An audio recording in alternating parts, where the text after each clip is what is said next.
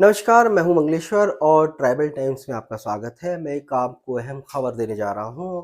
खबर ये है कि एकलव्य आदर्श आवासीय विद्यालय नरई नाला बरबटी जबलपुर में है। वहां के प्राचार्य और अधीक्षक ने एक छात्र जो था विशाल उइके नाम था, 12वीं का छात्र था, होनहार बच्चा है और उसको मतलब बिना किसी कारण के 1 माह के लिए रेस्ट्रिकेट कर दिया था। जब ये जानकारी हमको लगी तो पिछले माह हमने उसकी खबर मतलब चलाई थी और उसको मतलब सामने लाया था शासन प्रशासन के और आदिवासी विभाग के अधिकारियों से भी बताया था, तो आदिवासी विभाग के अधिकारियों ने भी बड़े उसको गंभीरता से लिया था।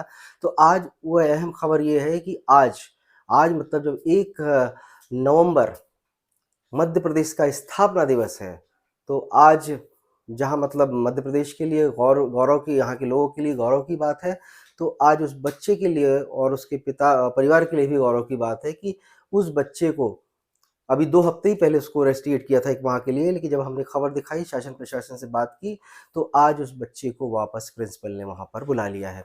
आज हम जब आदिवासी विभाग गए थे, पहुँचा था मैं वहाँ पर, तो वहाँ पे मतलब अधिकारियों से बात हुई, तो अधिकारियों ने बताया कि आपका जो आपने खबर चलाई थी, उसके बाद हम लोगों ने उसको संज्ञान में लिया था, प्राचार्य से बात हुई। प्राचार्य ने बोला था कि हम उसको बुला रहे हैं, लेकिन अभी तक उसको बुलाया नहीं था। आज उन्होंने फ़ोन पर प्राचार्य को सख्त निर्देश दिए कि उसे फ़ौरन बुलाया जाए। तो और उसके बाद फिर प्राचार्य ने उनके परिवार को फ़ोन किया, परिवार वाले आज बच्चे को ले जाके वहाँ पे परिवार के लोगों से भी हमने उस बात की है फ़ोन पर, तो उनके परिवार ने ट्राइबल टाइम्स को बड़ा धन्यवाद दिया है, साधुवाद किया है कि आपने इन चीज़ों को उठाया, तो इससे मतलब बच्चे का जो भविष्य था, वो मतलब उसका अंधकारमय होते-होते बच गया। कारण कि अगर 1 माह का अगर वो बच्चा मतलब घर पे बैठता, पढ़ाई-लिखाई नहीं होती, कोई अभी सीबीएसई का एग्ज़ाम है और फिर वो एग्ज़ाम में बैठ नहीं पाता, तो कहीं न कहीं उसका भविष्य अंधकारमय था। तो ये घटना को जब हमने सामने लाया, इसके बाद फिर जिला प्रशासन के जो ट्रैवल डिपार्टमेंट के अधिकारी हैं, उन्होंने गंभीरता से लेने के बाद उस बच्चे को वापस स्कूल में बुला लिया है। तो अब ये बुला तो लिया है, बात सही है, लेकिन सवाल उठता है कि आखिर जब ये बात मीडिया में आती है, तभी प्रशासन और शासन जागता है। जब ये बात बच्चे की जब आई थी वहाँ पे, उस बच्चे को निकाला जा रहा था, तो उसके पिता भी वहाँ पर मौजूद थे।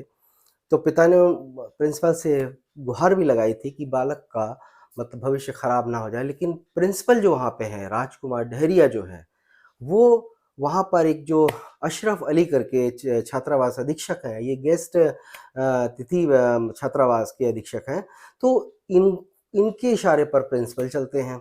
तो उन्होंने जैसा अधीक्षक ने बोला वैसा प्रिंसिपल ने कर दिया। प्रिंसिपल ने अपने दिमाग का, अपने अनुभव का ज़रा-सा भी इस्तेमाल नहीं किया कि ठीक है, अगर बच्चे ने अगर किसी अपने सहपाठी की आवाज़ उठाई, प्रिंसिपल तक पहुँचाई, तो प्रिंसिपल को ऐसा लगा कि मानो जैसे पहाड़ टूट गया और उन्होंने आओ नहीं रखा दाव, सीधे बच्चे को बाहर कर दिया।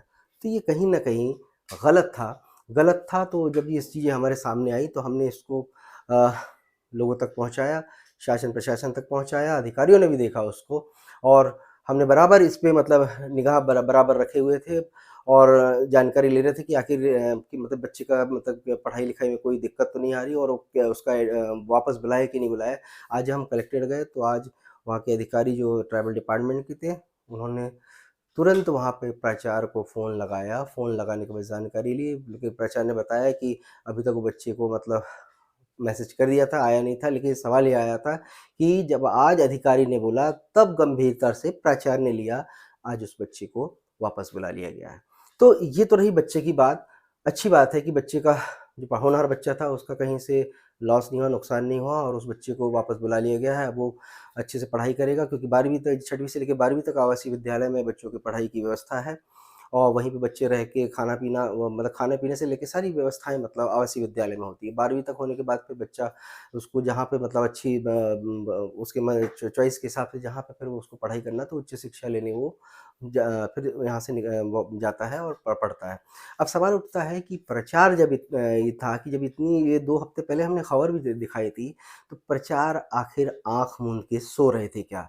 अब मैं प्रचार की बात बताता हूँ आपको कि जो वहाँ पे राजकुमार डहरिया प्रिंसिपल हैं, उन्होंने अपने भतीजे पवन डहरिया नाम है, उसको ऑफ़िस सुपरिटेंडेंट के पद पे रखा हुआ था और यही एक इनका भतीजा नहीं, एक और रिश्तेदार है, अखिलेश डहरिया, वो वहाँ पे हॉस्टल में केयर टेकर बन के काम कर रहा है। तो कुल मिला के विद्यालय जैसे इनका ही जागीर बना लिया है इन्होंने कि अपने रिश्तेदारों को रखेंगे, अपने परिवार के लोगों को रखेंगे, मतलब नियम विरुद्ध, नियम से भी नहीं रखा है।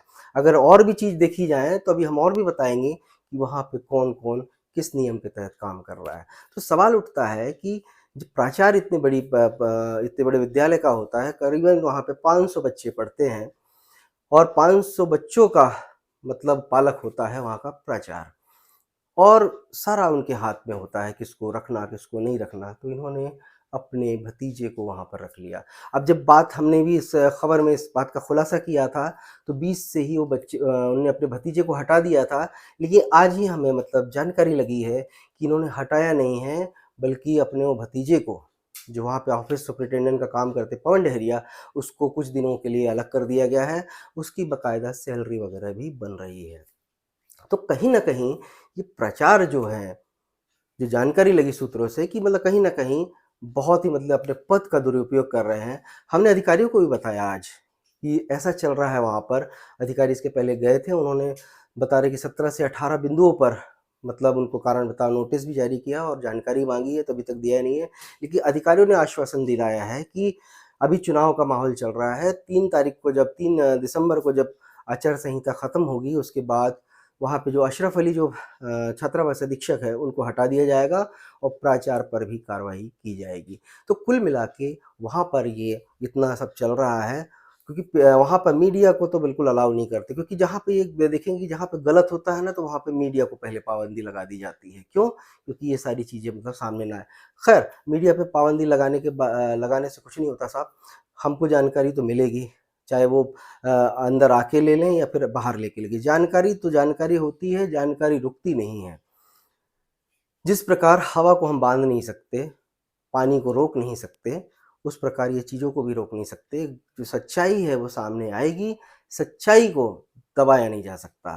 तो मीडिया का काम है सच्चाई को दिखाना, और हम सच्चाई दिखा के रहेंगे, चाहे वो उसके लिए हमें कितना भी परेशान होना पड़े या फिर हमको कोई भी चीज़ कदम उठाना पड़े। तो सवाल उठता है कि ये सारी चीज़ें जब हो रही हैं विद्यालय में, तो प्राचार्य को भी ध्यान देना चाहिए। हर चीज़ यही नहीं होता है कि मीडिया में आए और उसके बाद फिर एक्शन हो। पहले से एक्शन होना चाहिए। तो वहाँ पर ये जो हम इतनी लगातार खबरें भी दिखा रहे हैं, इसके पहले जो एकलव्य आदर्श विद्यालय जो पीवीटीजी था, वहाँ पे लगातार 1 महीने से हम दिखा रहे थे कि वहाँ पे अव्यवस्थाएँ चल रही है, अव्यवस्थाएँ चल रही है। नीचे से लेके ऊपर तक हम बता रहे थे, लेकिन कुछ नहीं आया। लेकिन बाद में इतना बड़ी घटना हो जाती है, बाद में शासन प्रशासन की आँखें खुलती हैं।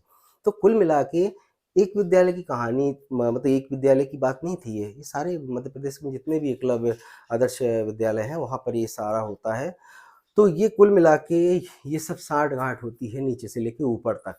तो कहीं न कहीं ये सारी चीज़ें जब आती हैं सामने और फिर बाद में जाँचें होती हैं, जाँच होने के बाद दबा दिया जाता है।